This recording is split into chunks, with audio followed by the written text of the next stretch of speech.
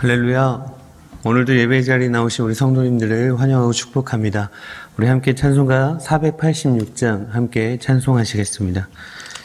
486장입니다. 찬송가 486장. 이 세상에 근심된 일이 많고.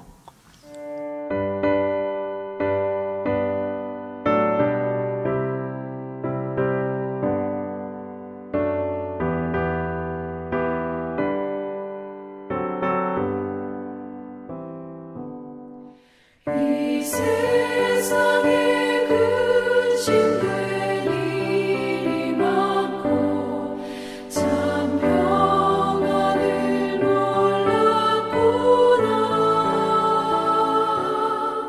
내 주 예수 나로라 부르시니 곧 평안히 쉬리로다. 주 예수의 구원의 은혜로다. 참 기쁘고 즐겁구나. 그 은혜를 영원히 누리겠네.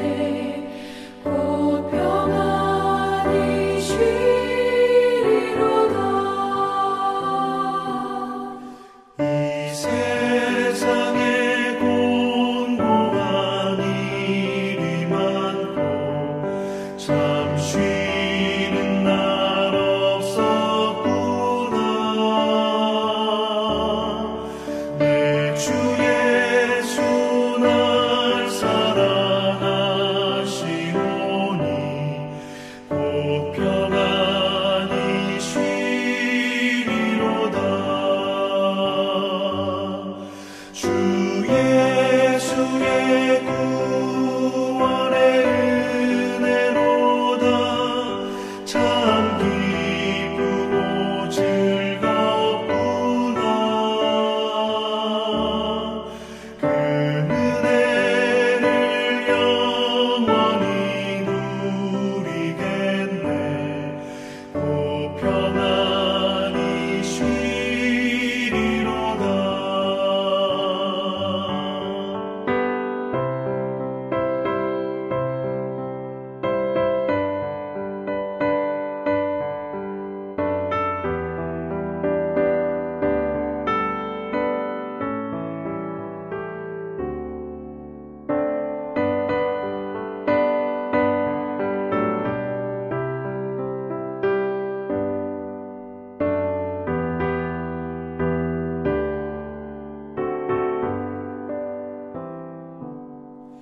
이 세상에 죄악된 일이 많고 참 죽을 일 쌓였구나.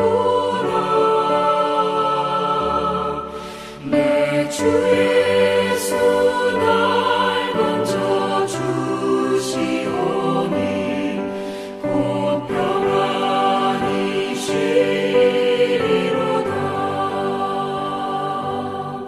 주 예수의 구원의 은혜로다. 참 기쁘고 즐겁구나. 그 은혜를 영원히 누리겠네. 곧 평안히 쉬리로다.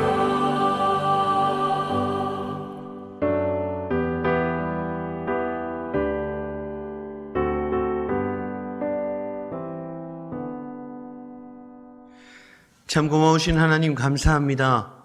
오늘도 우리에게 하루를 빌려주시고 하루를 살아가게 하시니 감사합니다.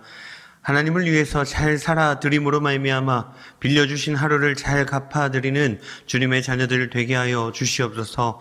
하나님, 우리가 코로나19 바이러스로 인하여서 참 고난의 길을 걷고 있사온데 이 고난의 여정 속에서 하나님을 찾게 하시고 하나님을 바라보게 하시고 하나님을 붙잡게 하시고 또 하나님과 더욱 긴밀하게 교제하는 주님의 자녀들 되게 하여 주옵소서. 하나님의 분명한 목적이 있을진데 그 목적대로 우리가 잘 살아들여서 이 고난을 졸업할 수 있도록 하나님 도와 주옵소서. 감사드리오며 예수 그리스도의 이름으로 기도합니다. 아멘. 우리 오늘 함께 보실 말씀은 요나서 말씀입니다.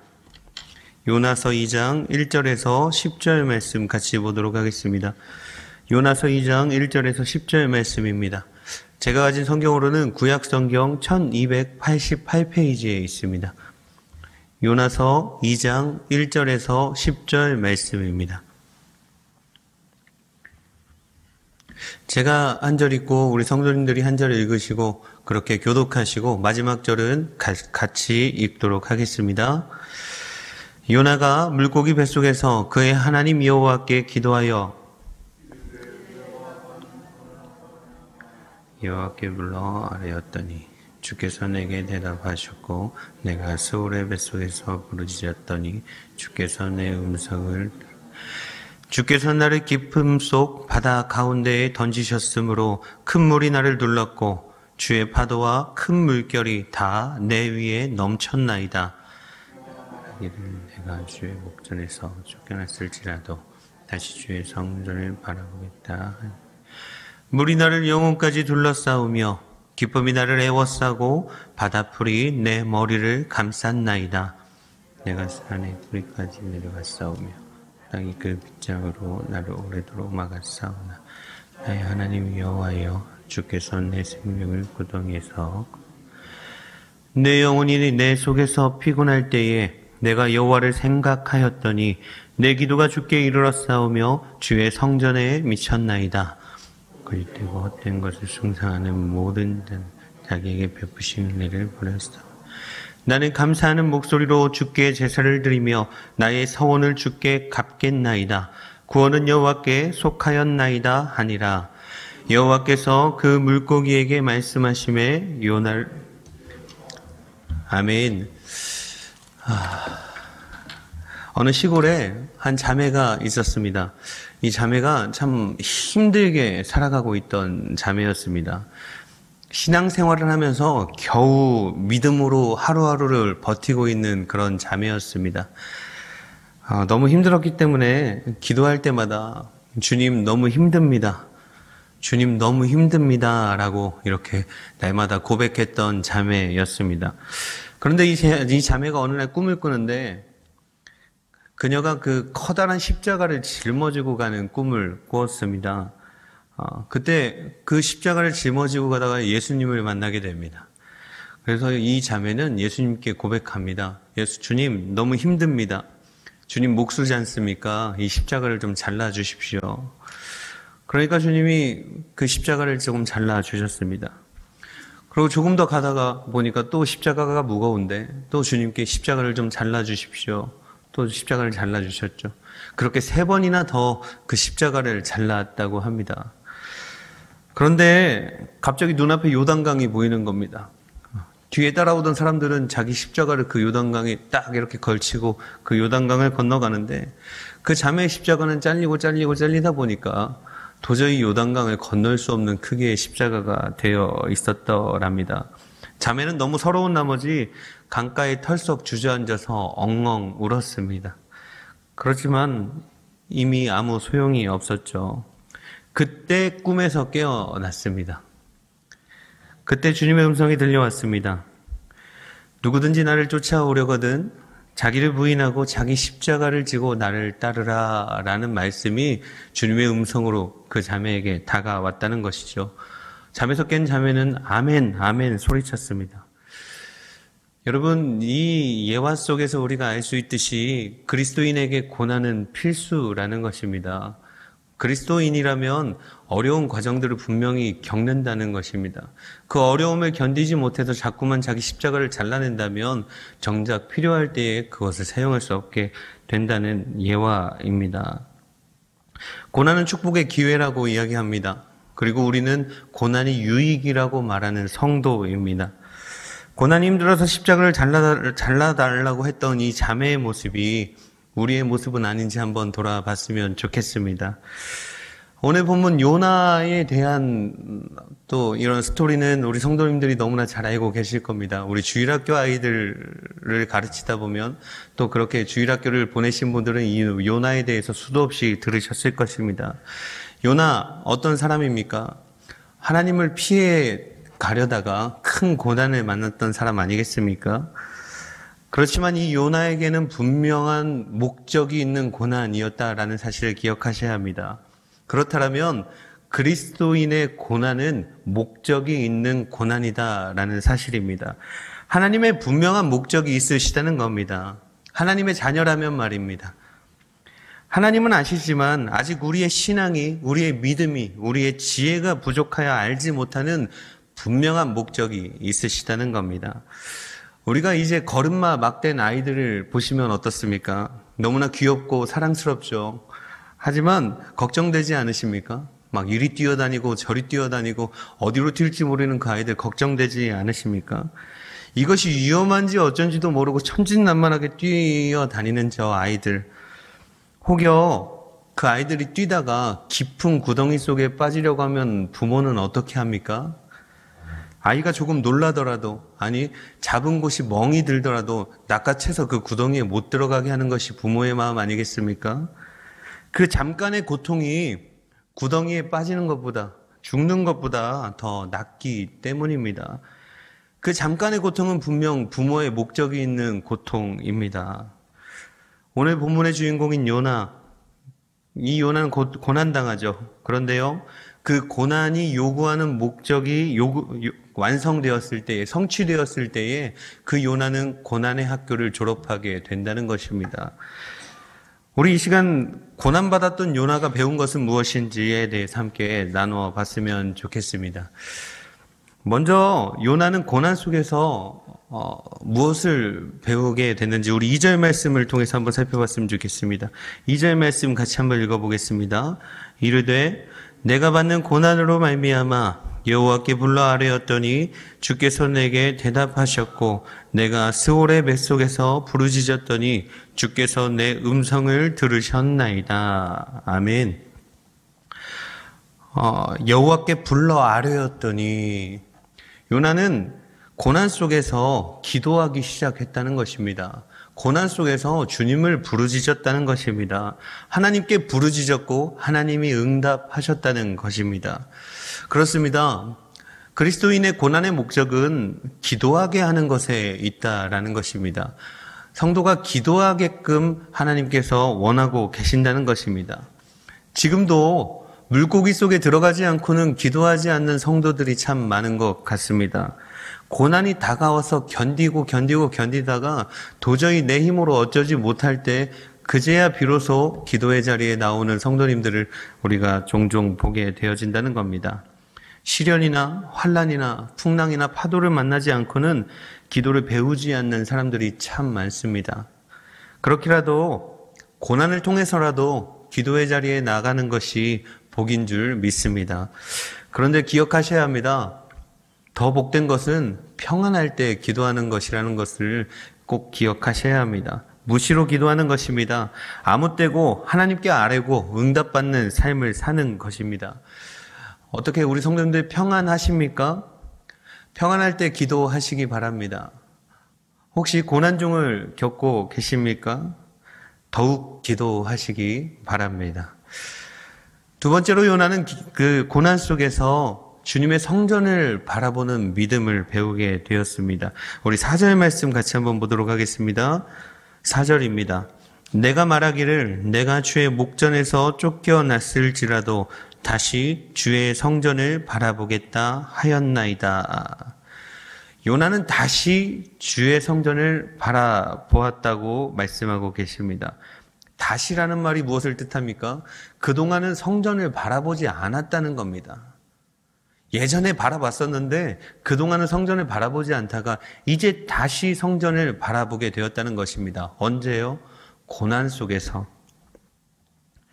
나의 삶의 시선을 주님께로 돌린다는 것입니다. 주님을 바라보겠다는 것입니다. 내가 다시 주님을 바라보겠습니다.